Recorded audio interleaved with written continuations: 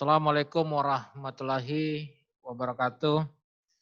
Selamat sore rekan-rekan media dan masyarakat Provinsi Sumatera Selatan yang kami hormati. Kami dari gugus tugas percepatan penanganan COVID-19 Provinsi Sumatera Selatan pada hari ini Selasa tanggal 21 Juli tahun 2020. Sebagaimana biasa menyampaikan informasi mengenai perkembangan COVID-19 di Provinsi Sumatera Selatan. Namun sebelum kami sampaikan perkembangan COVID-19, kami terlebih dahulu menyampaikan pesan-pesan yang selalu kita ingat dan selalu harus kita terapkan dalam aktivitas kita sehari-hari. Saat ini perkembangan COVID di Provinsi Sumatera Selatan masih terus penambahan kasus baru atau orang yang positif baru terinfeksi oleh COVID masih terus. Pencegahan adalah jalan yang terbaik yang harus kita lakukan. Karena saat ini tidak ada obat, tidak ada vaksin, belum ada obat atau belum ada vaksin untuk penyakit COVID ini. Oleh karena itu, pencegahan sekali lagi kami ingatkan adalah jalan yang terbaik. Mencegah penyakit COVID ini tidak mahal. Cukup memakai masker, menjaga jarak pada saat berbicara, jangan kurang dari 1 meter, lebih dari 1 meter lebih baik. Kemudian selalu mencuci tangan dengan menggunakan sabun di air yang mengalir, terutama pada saat kita mau makan atau pastikan bahwa tangan kita sudah dicuci, baik menggunakan air maupun menggunakan hand sanitizer, supaya tangan kita terbebas dari virus COVID ini sebelum kita menyentuh makanan, menyentuh mulut, menyentuh hidung, dan menyentuh mata. Jadi itu prinsipnya. Pastikan tangan kita telah dicuci, baik menggunakan air dengan sabun di air yang mengalir, ataupun hand sanitizer, sebelum menyentuh makanan, menyentuh mulut, dan menyentuh mata kita, menyentuh hidung kita. Dengan 3 cara inilah, memakai masker, menjaga jarak, dan selalu mencuci tangan, dijadikan hal-hal ini suatu kebiasaan kita, suatu kebiasaan baru dalam aktivitas kehidupan kita, sehingga kita bisa memutus rantai penularan COVID ini. Sekali lagi kami berpesan, mari kita memerangi COVID ini. Kalau kita sungguh-sungguh untuk memerangi COVID ini, maka kita patuhi protokol kesehatan. Tidak ada jalan lain. Kalau kita tidak mematuhi protokol kesehatan, berarti kita tidak turut untuk memerangi COVID ini. Patuhilah protokol kesehatan secara bersama-sama, secara serentak, pada saat beraktivitas di luar rumah, di mana saja dan kapan saja, terutama pada saat kita berinteraksi atau kita kumpul dengan orang lain, berbicara dengan orang lain, pastikan kita menggunakan protokol kesehatan itu dengan baik. Sehingga kita bisa memutus rantai penularan COVID ini.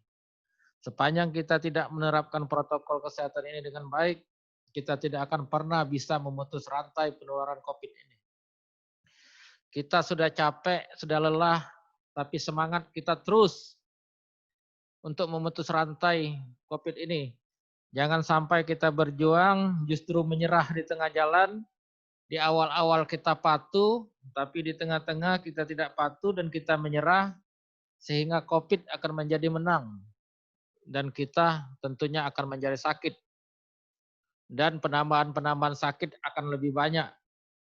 Oleh karena itu jangan pernah menyerah dan tetaplah bersemangat walaupun dalam kelelahan yang belum bisa dipastikan kapan COVID ini berakhir, kita tetap mematuhi protokol kesehatan.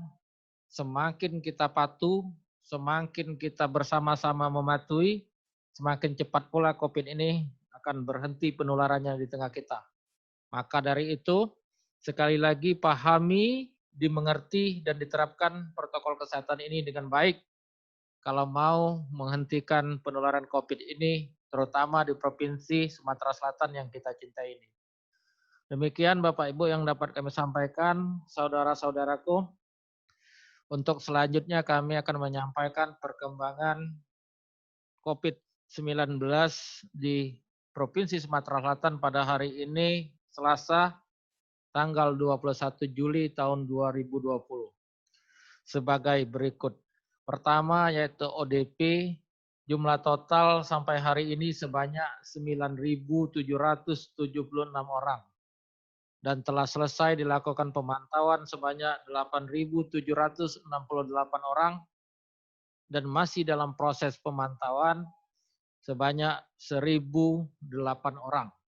Kemudian yang kedua yaitu pasien dalam pengawasan, total keseluruhan sampai hari ini sebanyak 1.395 orang dan telah selesai dilakukan pengawasan sebanyak 898 orang dan masih dalam proses pengawasan sebanyak 497 orang.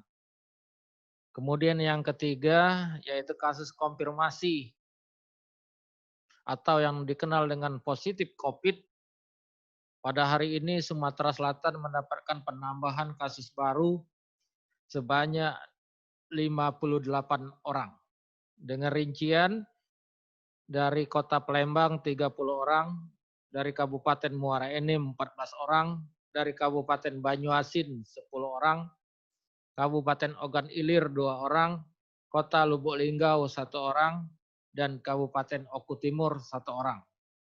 Kemudian kasus sembuh pada hari ini mendapatkan penambahan sebanyak 37 orang.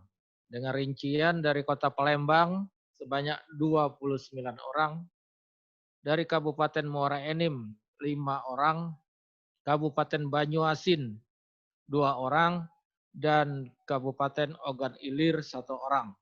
Sehingga total yang sembuh untuk COVID-19 di Provinsi Sumatera Selatan sampai hari ini berjumlah 1.451 orang.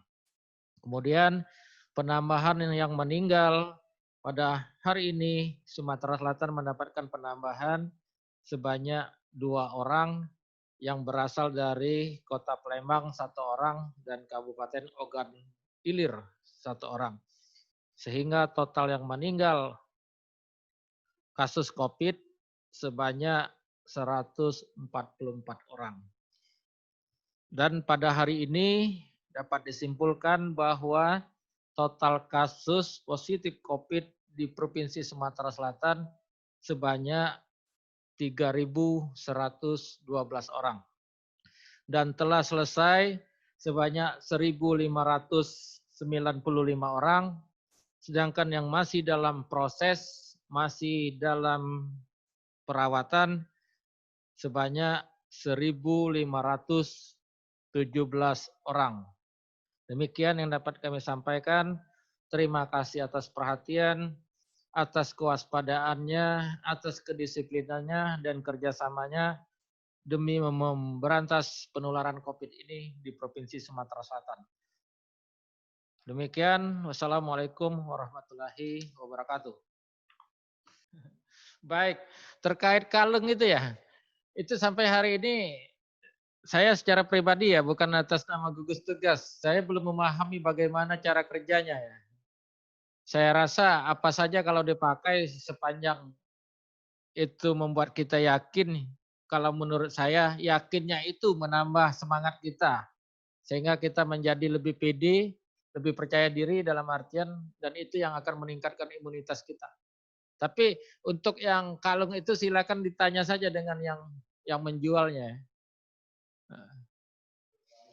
Nah, gugus tugas di pusat itu istilahnya ya dibubarkan sebenarnya tidak bubar, hanya berganti nama saja.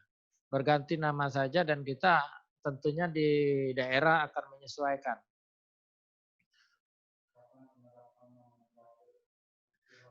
Ya, kita hari ini baru selesai sosialisasi dari pusat dan kita akan 1 minggu ke depan untuk sosialisasi dengan teman-teman kita di kabupaten kota dan 1 minggu ke depan insya Allah awal Agustus akan diterapkan nomenklatur baru ya.